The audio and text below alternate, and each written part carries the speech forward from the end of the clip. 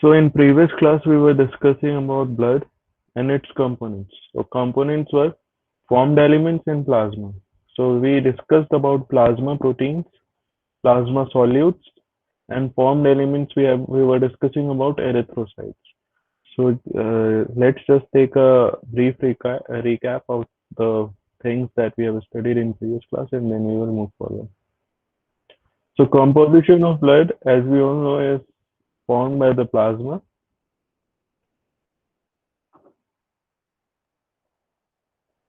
It's formed by the plasma as well as formed elements. So formed elements are hematocrit and Buffy coat. Hematocrit includes red blood cells. Buffy coat includes white blood cells and platelets. So whenever we talk about hematocrit, there can be three conditions. Normal blood concentration. Blood में जितनी उनकी normal concentration होती है उतनी ही मात्रा में वो present हो तो उसे हम नॉर्मल ब्लड कॉन्सेंट्रेशन में रखते हैं। और इसमें आपको दे रखा है मेल टू फीमेल और फीमेल टू मेल जो परसेंटेज में होना चाहिए 37 to 47% is normal concentration of hematocrit in blood. Similarly, in males, 42 to 52% hematocrit or RBCs in normal blood composition. ठीक है, सो ये तो आपकी बात होती है नॉर्मल ब्लड कंपोजिशन। लेकिन हेमाटोक्रिट अगर या रेड ब्लड सेल्स की मात्रा कम हो जाती है बॉडी में तो उस कंडीशन को हम बोलते हैं एनीमिया। Anaemia, okay, anaemia. और अगर वही आरबीसी की कॉन्सेंट्रेशन अगर बढ़ जाती है तो उसे हम बोलते हैं पोलीसाइथीमिया। पोलीसाइथीमिया, ओके। सिमिलरली बाकी स्ट्रक्चर्स के लिए भी होता है इसमें, white blood sales and platelets के लिए। तो हम जैसे जैसे इनको आगे देखेंगे उसके बारे में फिर और डिस्कस करेंगे। तो blood plasma includes blood proteins. Blood plasma includes water, that is around 92%. 92% of plasma is water. Then 7% is plasma proteins and 1% is other solutes, which includes electrolytes, other molecules, and nutrients such as fats, carbohydrates, and lipids. तो ये सारी चीजें आपके plasma में present होती हैं। तो अगर हम प्लाज्मा को ब्रेक डाउन करते हैं, प्लाज्मा का ब्रेक डाउन करते हैं तो उसमें 92% वाटर होता है, 7% प्लाज्मा प्रोटीन्स होते हैं जो कि बहुत इंपॉर्टेंट है ब्लड की खुद की फंक्शनिंग के लिए। उनके रोल्स क्या हैं वो हम आगे देखेंगे भी, लेकिन ये बहुत इंपॉर्टेंट होते हैं। सो ये 7% is very very much important for cell functioning और body functioning. Other solutes includes your electrolytes such as sodium, potassium, calcium, another also, and molecules that are beneficial or have nutrients in them. So that are carbohydrates or amino acids or fats or lipids, so solutes. Now comes plasma protein that forms around 7% of plasma is albumin, globulin, albumin, globulin, and fibrinogen. Okay, ये तीनों ही protein अलग अलग functioning करते हैं और तीनों का ही अलग अलग इम्पोर्टेंस है। For example fibrinogen is important in clotting clotting of blood. तो क्लॉटिंग एक ब्लड का बहुत इंपॉर्टेंट फंक्शन है, उसमें आपके जो हेल्प करते हैं वो है फाइब्रोनोजेन। तो प्लाज्मा में ये प्रेजेंट होता है और ये हेल्प करता है क्लॉटिंग ऑफ ब्लड में। सिमिलरली ग्लोबुलिन आर दो टाइप के ग्लोबुलिन्स होते हैं, either immunoglobins that is antibiotics and transport globins haemoglobins. So इसमें जो भी आप बात करते हैं, जब भी एंटीबॉडीज, आपको पता है एंटीबॉडीज हमारी बॉडी में फॉरेन अटैक्स को रोकने के लिए होती है, फॉरेन पार्टिकल्स एंड पैथोजेंस के अगेंस्ट फाइट या डिफेंस के लिए होती हैं।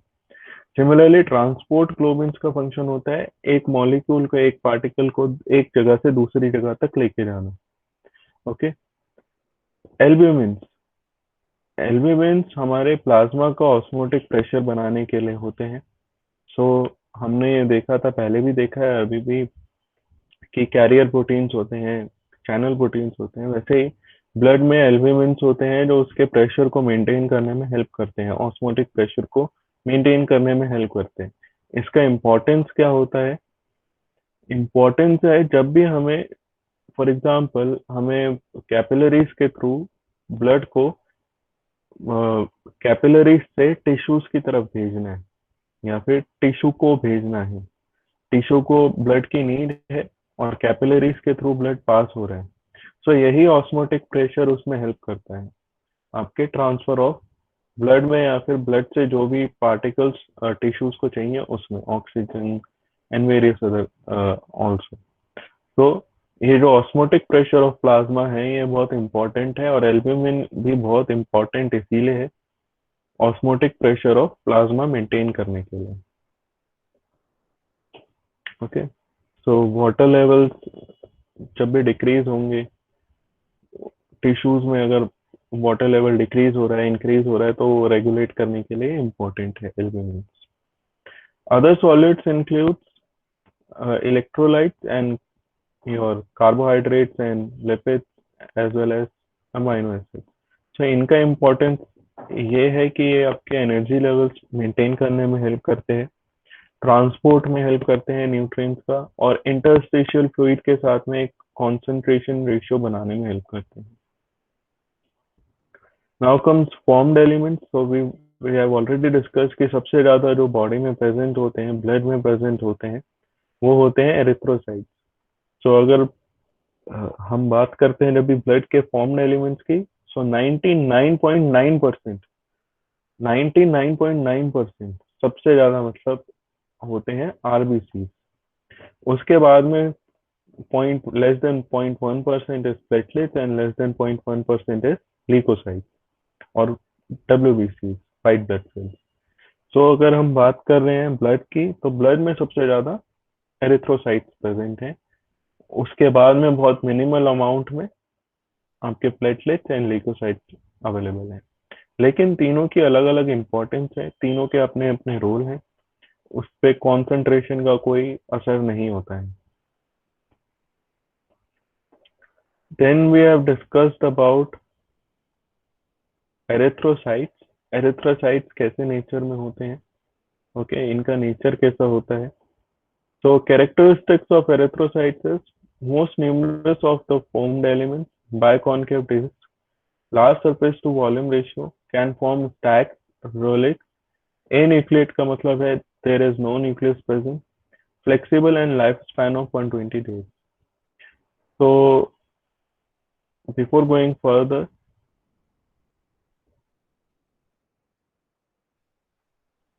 we can discuss erythropoiesis in brief. So आपको इसमें आगे चल के प्रॉब्लम ना हो जल्दी से जिससे, okay. So erythropoiesis is formation of erythrocytes, formation of erythrocytes or red blood cells. Erythro मतलब red blood cells and poiesis is formation. So formation of red blood cells occurs in medullary cavity of flat bones and epiphysis of long bones. So as well as spleen. So इन सब में मिलके ये आपका बनता है। Okay, red blood cells आपके जो भी हैं बोन मैरो में बनते हैं, और बोन मैरो कौन से एरियाज में प्रेजेंट होते हैं? Flat bones and long bones. So इन दोनों में प्रेजेंट होते हैं, फ्लैट बोन्स की मेडुलरी कैविटी में एंड लॉन्ग बोन्स की एपिफाइसिस में। And spleen is a organ, वो उसमें फिर आपके रेड ब्लड सेल्स अलग से बनते हैं। Regulated by erythropoietin, regulated by erythropoietin. Sir screen नहीं आ रही। सॉरी,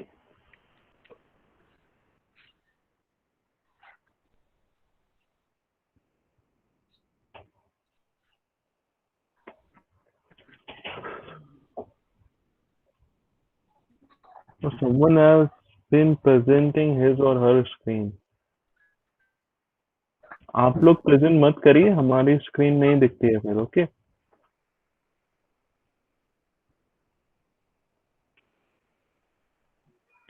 सो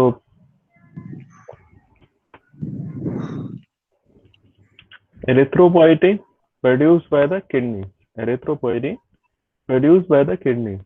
now इसमें एक चीज हमेशा याद रखना, जब भी किसी चीज की बॉडी में कमी होती है, कमी मतलब डेफिशिएंसी होती है, तो देर आर सम मैकेनिज्म्स जो डेवलप होते हैं और उसकी वजह से फिर एक आइदर आपका हार्मोन रिलीज होता है या फिर केमिकल रिलीज होता है, वो गाइड करता है बॉडी को कि कमी हो रही है, वो ब्रेन तक सिग्नल पहुंचाता है।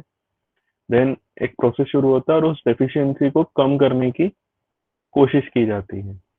सिमिलरली आरबीसीज के केस में भी होता है। ओके, तो erythropoietin EPO produced by the kidney, ये आपकी किडनी से प्रोड्यूस होता है और ये रेगुलेट करता है आरबीसी प्रोडक्शन को। अगर आरबीसी प्रोडक्शन ऑलरेडी बहुत ज्यादा है तो ईपीओ रेगुलेट करेगा कि प्रोडक्शन जो है डिक्रीज हो जाए। और सिमिलरली अगर आपकी प्रोडक्शन बहुत कम हो गई है रेड ब्लड सेल्स की, तो वो उसको गाइड करेगा कि वो बढ़ सके। अब उसमें कौन कौन से फैक्टर्स होते हैं, कौन कौन से ऐसी चीजें होती हैं या फिर ऐसे फैक्टर्स होते हैं जो आपके आरबीसी को स्टिमुलेट करते हैं या फिर ईपीओ को स्टिमुलेट करते हैं, एरिथ्रोपोइटिन को स्टिमुलेट करते हैं, ताकि वो और ज्यादा आरबीसी बना सके। तो आरबीसी काउंट्स आर लो। तो एक रीजन तो खुद यही हो सकता है कि आरबीसी का जो कॉन्सेंट्रेशन है वो डिक्रीज हो गया है, उसे हम बोलते हैं anaemia, as we have discuss. Reduced oxygen, अगर ऑक्सीजन लेवल्स डिक्रीज हो रहे हैं तो बॉडी का मैकेनिज्म है वो और ज्यादा आरबीसी प्रोड्यूस करती है। रीजन, आरबीसी प्रोड्यूस होंगे तो और ज्यादा हीमोग्लोबिन काम में आएंगे और ज्यादा ऑक्सीजन जो है वो ट्रांसफर हो सकेगा। इसीलिए आपका जब भी ऑक्सीजन लेवल डिक्रीज होता है तो एरिथ्रोपोइटिन ज्यादा बनने लगता है। इनसफिशिएंट हीमोग्लोबिन अमाउंट, अगर हीमोग्लोबिन कम है तब भी वही सेम रीजन है दोनों में। When blood flow to the kidneys is compromise, अब अगर ब्लड फ्लो अगर किडनीज का कॉम्प्रोमाइज होता है तो किडनीज को सीधा सीधा सिग्नल जाता है कि RBCs are decrease in number, तो किडनीज एरिथ्रोपोइटिन बनाना शुरू कर देती है। ओके, जैसे ही किडनीज का ब्लड फ्लो डिक्रीज होता है, ब्लड सप्लाई होती है हर एक ऑर्गन की, मसल्स की ब्लड सप्लाई होती है। तो ब्लड सप्लाई का मतलब है उसकी एक पूर्ति करने के लिए पूरे एक ब्लड वेसल्स होती हैं ब्लड की सप्लाई करने के लिए ऑर्गन्स को, टिश्यूज को। तो आपके जितने भी ऑर्गन्स बॉडी में प्रेजेंट है सबको ब्लड सप्लाई होता है। तो जैसे ही उसमें कमी आती है, नॉर्मल वैल्यू से कम हो जाता है वो किडनी के केस में, तो एरिथ्रोपोइटिन बनना शुरू हो जाता है और आरबीसी देन आपके बनना शुरू हो जाते हैं। ओके, ना ये बनता कैसे है, इसमें क्या क्या चेंजेस आते हैं। तो सबसे पहले आपको पता है कि there is a stem cell जो आपके बोन मैरो में प्रेजेंट होता है। कहाँ पर प्रेजेंट होता है? और बोन मेरो, बोन मैरो कहाँ कहाँ पर होती है? लॉन्ग बोन के मिडिल में। लॉन्ग बोन्स में होती हैं एंड फ्लैट बोन्स में भी होती हैं। Okay, long bones and flat bones both. और सर ये क्या होता है बेबी का मतलब कि न्यू जो बेबी होते हैं इसमें तो हर जगह बनता है ना। बेबीज में हर जगह बनता है, हर जगह का मतलब है बोन्स में बनता हाँ मतलब सारे बोन से बनता है बेबी में। है। ओके, तो वो इसके बाद में आता है आपके स्टेम सेल्स के बाद में ये डिवाइड होते हैं। ये दो तरीके के सेल्स में डिवाइड हो सकते हैं, एक होते हैं माइलॉइड में और एक होते हैं लिम्फोइड स्टेम सेल्स में। सो माइलॉइड स्टेम सेल से आपका बनता है आरबीसी, माइलॉइड से बनता है आरबीसी, लिम्फोइड से नहीं बनता। माइलॉइड स्टेम सेल्स आपके तीन पार्टिकल्स में अलग अलग में डिवाइड हो सकते हैं। आइदर वो आपके एरिथ्रोसाइट्स बनाने में हेल्प कर सकते हैं या प्लेटलेट्स या फिर लिम्फोसाइट्स, और या फिर आपके white blood cells. Then lymphocytes भी इसमें अलग से बनते हैं, वो लिम्फोइड स्टेम सेल्स बनाते हैं। ये भी आपके ल्यूकोसाइट्स में ही आते हैं। जनरली डब्ल्यूबीसी के साथ ही इनको काउंट किया जाता है। ओके, तो माइलॉइड स्टेम सेल बना, उसके बाद में सबसे पहले बनेगा आपका pro erythroblast. Pro erythroblast, pro erythroblast. तो प्रो का मतलब होता है पहले, सो एरिथ्रोब्लास्ट बनने से पहले। ओके, तो इसके बाद में एक और प्रोसीजर होता है, वो होता है erythroblast, then reticulocyte, reticulocyte and again last में एरिथ्रोसाइट, लास्ट में एरिथ्रोसाइट। ना इसका इम्पोर्टेंस समझने के लिए आपको कि ये प्रोसीजर इम्पोर्टेंट क्यों है, इसको हम इतना इम्पोर्टेंस देते क्यों हैं, इसमें आपके बहुत सारे चेंजेस देखने को मिलते हैं। ओके, तो माइलोइड, ब्लास्ट का बाद में से कुछ कुछ स्टेजेस है ना, उसके बाद ही हाँ ना जी, रेटिकुलोसाइट बनता है। हाँ जी, सर ब्लास्ट जो है उसके बीच में भी तो कोई स्टेजेस है ना, अर्लियर नॉर्मो हाँ ब्लास्ट हो जी, गया वो हमने फिर। अभी उसको मिस कर रहे हैं ना, क्योंकि अभी हम इसके बाद में इसको डिटेल में पढ़ने वाले हैं। अभी ठीक है हम सर। सिर्फ बेसिक पढ़ रहे हैं, ताकि एक आपको आइडिया लग जाए, टर्मिनोलॉजी से आप फेमिलियर हो जाएं। उसके बाद में फिर हम उसमें डिटेल में पढ़ेंगे कि सेल के अंदर क्या क्या चेंजेस होते हैं हर एक स्टेज में।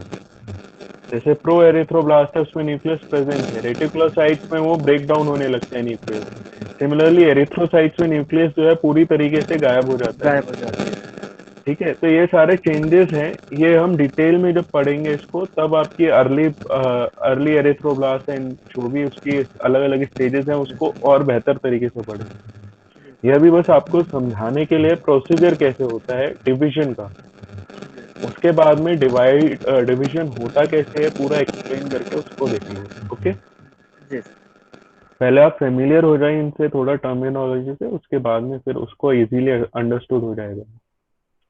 Okay, so proerythroblast, reticulocytes and erythrocytes.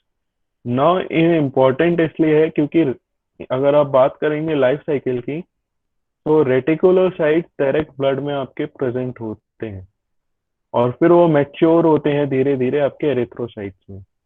Okay, सो आपके जो ब्लड में रेटिकुलोसाइट्स भी आपको देखने को मिल सकते हैं, और वही जाके बाद में मैच्योर होते हैं एरिथ्रोसाइट्स में।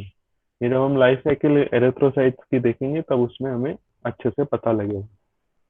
देन कम्स ल्यूकोपोइसिस, ल्यूकोपोइसिस, ल्यूकोपोइसिस, ल्यूकोपोइसिस अगेन, हम अगर इस दोनों वर्ड्स को ब्रेक डाउन करते हैं, ल्यूको एंड पोइसिस, तो ये व्हाइट ब्लड सेल्स का फॉर्मेशन जब भी होगा उसे हम बोलेंगे leucopoiesis. Okay, also occurs in red bone marrow, also occurs in red bone marrow, initiated by variety of cytokines, initiated by variety of cytokines, CSF and IL, interleukins, released when infection is in the body, when infection is in the body. Now हमने erythrocytes की बात करी तो उसे regulate कौन कर रहा था, एरिथ्रोपोइटिन। हम लिकोसाइट्स की बात कर रहे हैं तो उसको रेगुलेट कौन कर रहा है, साइटोकाइन। साइटोकाइंस कब रिलीज होते हैं, जब बॉडी में इन्फेक्शन होता है। ओके, सो बॉडी में जब भी इन्फेक्शन होगा तो साइटोकाइंस रिलीज होंगे, और यही साइटोकाइंस आपके ल्यूकोपोइसिस को रेगुलेट करेंगे। ल्यूकोपोइसिस का मतलब है ल्यूकोसाइट्स का बनना। ये कहाँ पर बनते हैं, रेड बोन मैरो। ओके, सो ल्यूकोपोइसिस। नाउ ल्यूकोपोइसिस में आप ये डायग्राम अगर ध्यान से देखेंगे तो इसमें सब कुछ इंक्लूड किया गया है, आपके लिम्फोइड स्टेम सेल्स भी, एंड आपके जो बेसिक ल्यूकोसाइट्स होते हैं वो, तो इसमें सबको इंक्लूड किया गया है। ओके, तो अगेन सेम प्रोसीजर रहता है आपका। प्राइमरी हीमोसाइटोब्लास्ट होता है, प्राइमरी हीमोसाइटोब्लास्ट, वो डिवाइड होता है। डिवाइड होने के बाद में वो डिसाइड करता है कि उसको कौन से सेल्स में कन्वर्ट होना है, आइदर माइलोइड स्टेम सेल्स और lymphoid stem cells, depending on the need, depending on the body need. Body को नीड क्या है उसके हिसाब से ये डिवीजन होता है, और उसी के हिसाब से फिर आगे चेंजेस होते हैं। सो माइलोइड स्टेम सेल यहाँ पर माइलोब्लास्ट में कन्वर्ट हो सकता है, या फिर मोनोब्लास्ट में। मोनोब्लास्ट से वो सीधा मोनोसाइट बना लेगा। ओके, मोनोब्लास्ट से वो सीधा मोनोसाइट बनाएगा। माइलोब्लास्ट फिर अगेन वो तीन टाइप में कन्वर्ट हो सकता है, बेसोफिल, न्यूट्रोफिल एंड ओजिनोफिल। ओके, तो तीन टाइप आपके, ये चार टाइप तो ल्यूकोसाइट्स के यहीं से हो गए, बेसोफिल, न्यूट्रोफिल, इजोनोफिल और मोनोसाइट। चार आपके ल्यूकोसाइट्स ये हो गए। चारों के फंक्शन अलग अलग हैं, थोड़े थोड़े अलग अलग फंक्शन है, तो चारों की अलग अलग इंपॉर्टेंस है। इसके बाद में आता है आपका lymphoid stem cells. Lymphoid stem cells, lymphoid से बनते हैं आपके लिम्फोब्लास्ट। लिम्फोब्लास्ट से फिर बनते हैं आइदर नेचुरल किलर सेल्स और large lymphocytes granular lymphocytes or small lymphocytes. Small lymphocytes are further subdivided, T lymphocytes and beta lymphocytes. Okay, T lymphocytes और beta lymphocytes. So ये आपकी डिवीजन होने में बहुत कॉम्प्लेक्स है। हम एक एक स्टेज को जब पढ़ेंगे, मेनली हम एरिथ्रोसाइट्स वाले स्टेजेस को बेहतर तरीके से पढ़ते हैं। इसमें हम ज्यादा चेंजेस देखने को नहीं मिलते हैं, इसलिए हम इसको डायरेक्टली बस याद करते हैं that there is some changes going on. लेकिन जो आपको याद रहने चाहिए वो ये है, ल्यूकोसाइट्स में और लिम्फोसाइट्स दोनों मिलके क्या फंक्शनिंग करते हैं, कौन से सेल का कौन सा फंक्शन होता है। फॉर एग्जांपल बेसोफिल का क्या फंक्शन होता है, न्यूट्रोफिल का, इजोनोफिल, मोनोसाइट, ये हम आगे डिस्कस करेंगे। सो ये इसमें से इम्पोर्टेंट ये है। एरिथ्रोपोइसिस में पूरा प्रोसीजर इम्पोर्टेंट है, वो पूरा एग्जाम में भी आपके लॉन्ग क्वेश्चंस में आता है। Define the process of erythropoiesis with diagrams.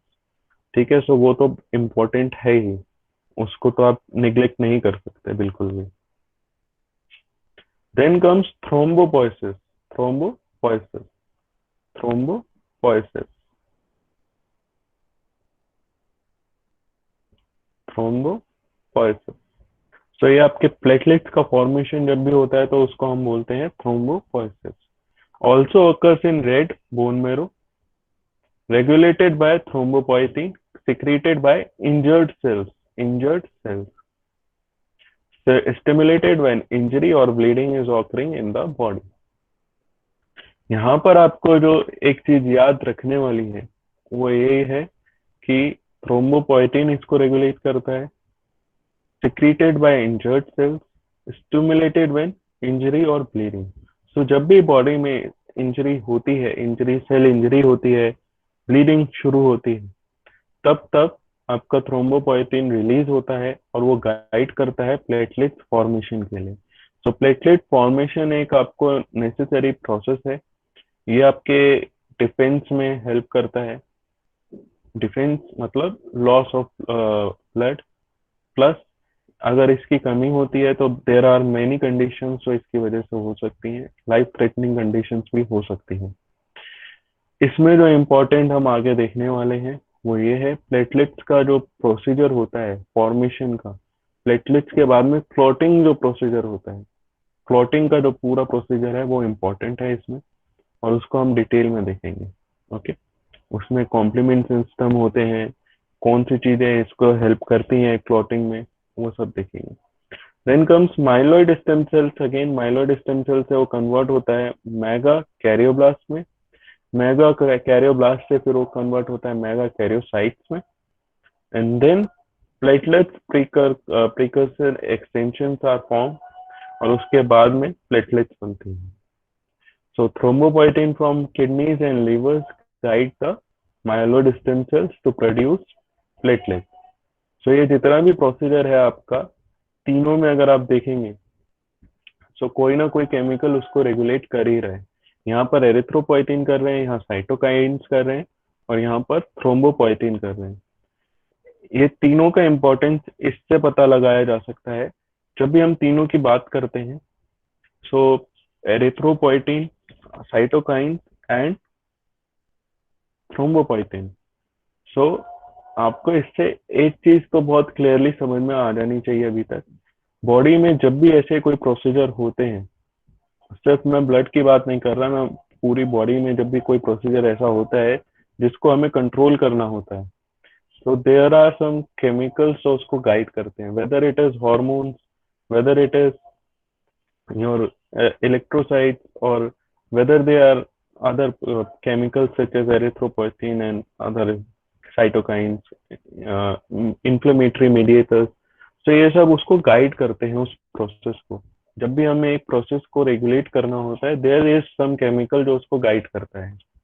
Okay, तो यहाँ पर उसके एग्जांपल्स बहुत क्लियरली देखने को मिल रहे हैं। एरिथ्रोपोइसिस को ईपीओ कर रहा है, ल्यूकोपोइसिस को साइटोकाइंस कर रहे हैं, थ्रोम्बोपोइसिस को थ्रोम्बोपाइटिन कर रहे हैं। Okay, now looking sir at the bigger. हाँ सर जी। अलग से हम लोग मान लीजिए सर किसी का बॉडी में ये सब का कमी हो जाए तो हम लोग अलग से ये केमिकल्स वगैरह इंजेक्ट कर सकते हैं क्या, दे सकते हैं? हाँ जी, ये दिए जा सकते हैं, लेकिन जो मोस्ट कॉमनली हम देते हैं वो ईपीओ दिया जाता है। ईपीओ, ओके, इसका अगर मैं आपको एग्जांपल भी दूं तो इसका एग्जांपल बहुत बेहतरीन अगर मैं आपको दे सकता हूँ। ईपीओ एरिथ्रोपोइटिन, जब भी ब्लड में रेड ब्लड सेल्स की या तो कमी हो जाती है, ओके, जी सर। या फिर हमें किसी और रीजन से इनको बढ़ाना होता है। और रीजंस क्या क्या हो सकते हैं वो भी मैं भी आपको बता देता हूँ। ठीक है, तब हम इसको बॉडी में इंजेक्ट कर सकते हैं डायरेक्टली। लेकिन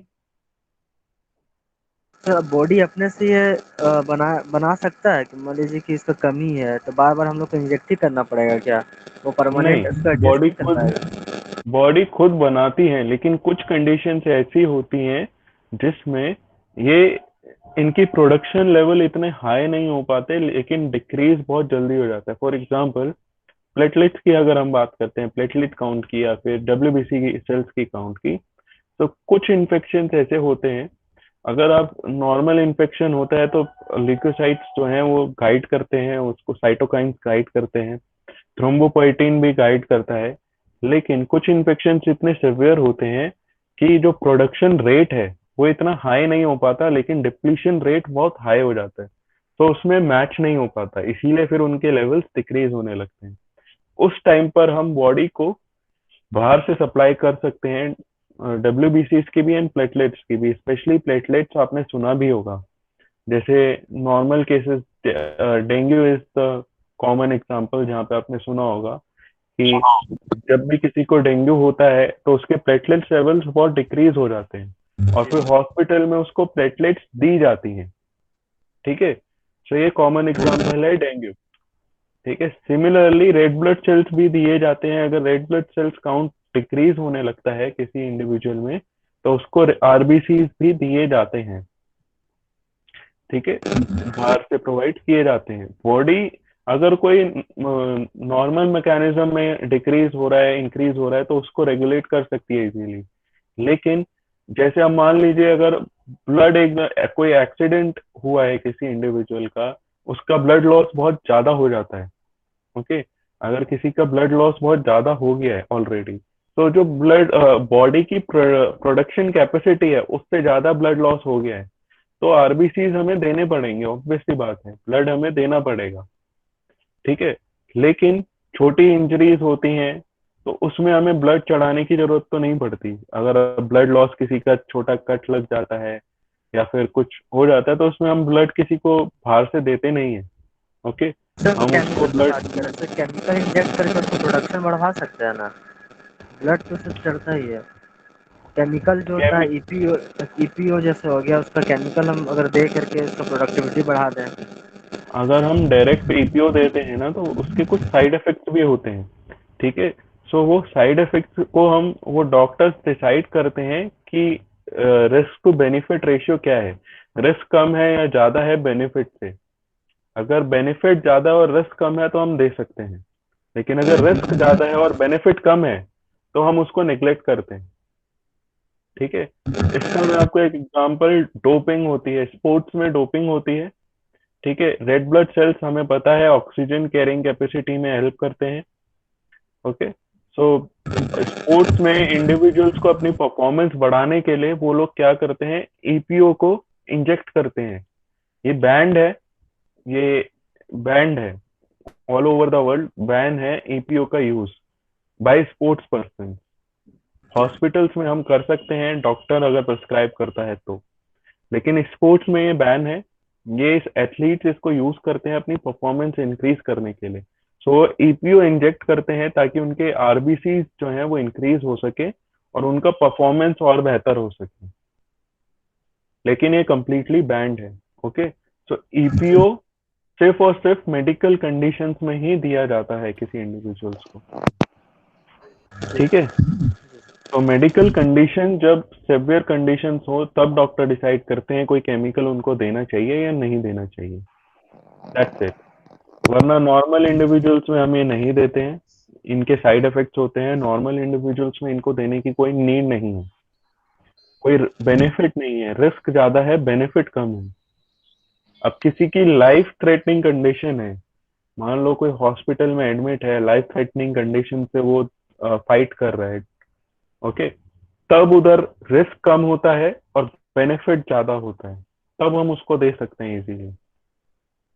okay, so risk to benefit ratio वो डॉक्टर्स डिसाइड करते हैं, और उसके हिसाब से वो देना चाहते हैं नहीं देना चाहते वो भी डॉक्टर्स के हाथ में होता है कंप्लीटली। ओके, इजी आंसर है, इसको दिया जा सकता है, इसमें कोई प्रॉब्लम नहीं है। बाहर से हम दे सकते हैं, ईपीओ तो हम बहुत कॉमनली देते भी हैं। प्लेटलेट्स भी आपने सुना ही है, डेंगू केसेस में आप बहुत कॉमनली सुनोगे कि डेंगू केसेस में किसी को प्लेटलेट्स चढ़ी हैं। आम भाषा में जब हम बात करते हैं तो यही बोलते हैं कि हाँ उसको प्लेटलेट्स चढ़ी है, उसका प्लेटलेट्स कम हो गया था इसलिए हमने उसको प्लेटलेट्स चढ़ाया। प्लेटलेट्स का लेवल जो है 20,000 से डिक्रीज हो गया या फिर 50 से नीचे आ गया है, तब उसको देते हैं। ओके, सो ये तो बहुत कॉमन है डेंगू केसेस में। Now there is something given in this slide, if you can see clearly. Okay, formed element erythrocytes, उसका कोई सब टाइप नहीं होता है। उसका ब्लड में कॉन्सेंट्रेशन अगर हम देखते हैं, सो 5.2 मिलियन, 5.2 मिलियन एक एवरेज दे रखा है, और उसके बाद में एक रेंज दे रखा है 4.4 to 6 million. Okay, similarly leucocytes का एक रेंज दे रखा है 5,000 टू 10,000, एंड सिमिलरली आपका प्लेटलेट्स का दे रखा है यहाँ पर 3,50,000, एक एवरेज दे रखा है, और उसके ऊपर जो है फिर उन्होंने उस एवरेज को रेंज में दे रखा है 150, और you can say 1,50,000 to 5 lakh. ये नॉर्मल रेंज है ब्लड के अंदर। जब हम रिपोर्ट्स में चेक करते हैं, जो रिपोर्ट्स होती हैं उसमें जब हम देखते हैं तो इस हिसाब से ही आपकी रिपोर्ट्स आती हैं। ओके, फंक्शंस इसके साथ में दे रखे हैं, एंड कमेंट्स दे रखे हैं जो मतलब उस पर्टिकुलर सेल से इम्पोर्टेंट है। इस टेबल को, ये स्लाइड अभी आपको थोड़ी देर में मिल जाएगी या फिर आज शाम तक मिल जाएगी, इसमें थोड़ा एडिटिंग बाकी है, वो आपको मिल जाएगा। जैसे ही आपको ये स्लाइड मिले please go through this function. ये हम बाकी हम जैसे जैसे इंडिविजुअल सेल्स को पढ़ेंगे तो सेल्स के फंक्शन भी देखेंगे, लेकिन अगर आप इसको एक बार देख लोगे तो आपको एक आइडिया लग जाएगा। For example, neutrophils and eosinophils have both phagocytic functions. Basophils has inflammatory functions. Large lymphocytes have body defenses. Similarly, lymphocytes, beta cells, and T cells have other immunity levels, cell-mediated immunity.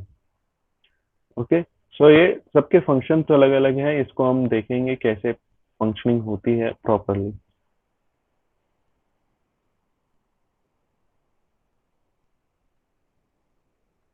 So in next class, be ready for the erythropoiesis. Erythropoiesis हम detail में करेंगे, और इसी के साथ में हम उसको भी फिनिश कर देंगे, आपके red blood cells life cycle. इससे पहले नेक्स्ट टॉपिक पे जाएं, आपको मैंने एक असाइनमेंट भी दिया था,